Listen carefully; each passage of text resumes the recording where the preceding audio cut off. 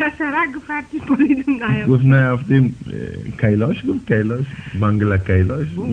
نه کنات پلیس هستم کنات پلیس هست که بانگلادیش هست یارو دیگه بیچاره پس آمد دیگه ما بیچاره نه ساروخ جای نه خط گرفتیم از اتیخ نه خط گرفته بودیم جوابایش روان کردیم تا بال پس بر ما خط روان نکردن دیگه روان کردن تا پست باکس ها ندیدیم دیگه هوا اینجا بسیار خوب است مامی جان از طرف ما برکل خاطرتان جمع باشه بابا جان شما شکر بخی خوب هستم ساعتم شکر خوب است یک ذره چاق شدیم دیگه در روزا رژیم گرفتیم دیگه سریگه قند قربانتم کابل نبودیم جلال آباد هستیم مگنه بر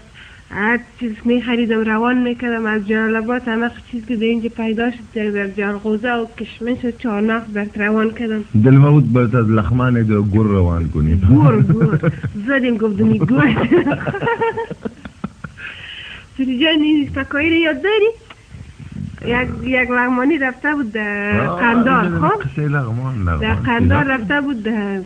رستوران نخواد سماواچی او رستوران نمیشناسه در سماواچی رفته بود گفته بود بر ما چای برشارده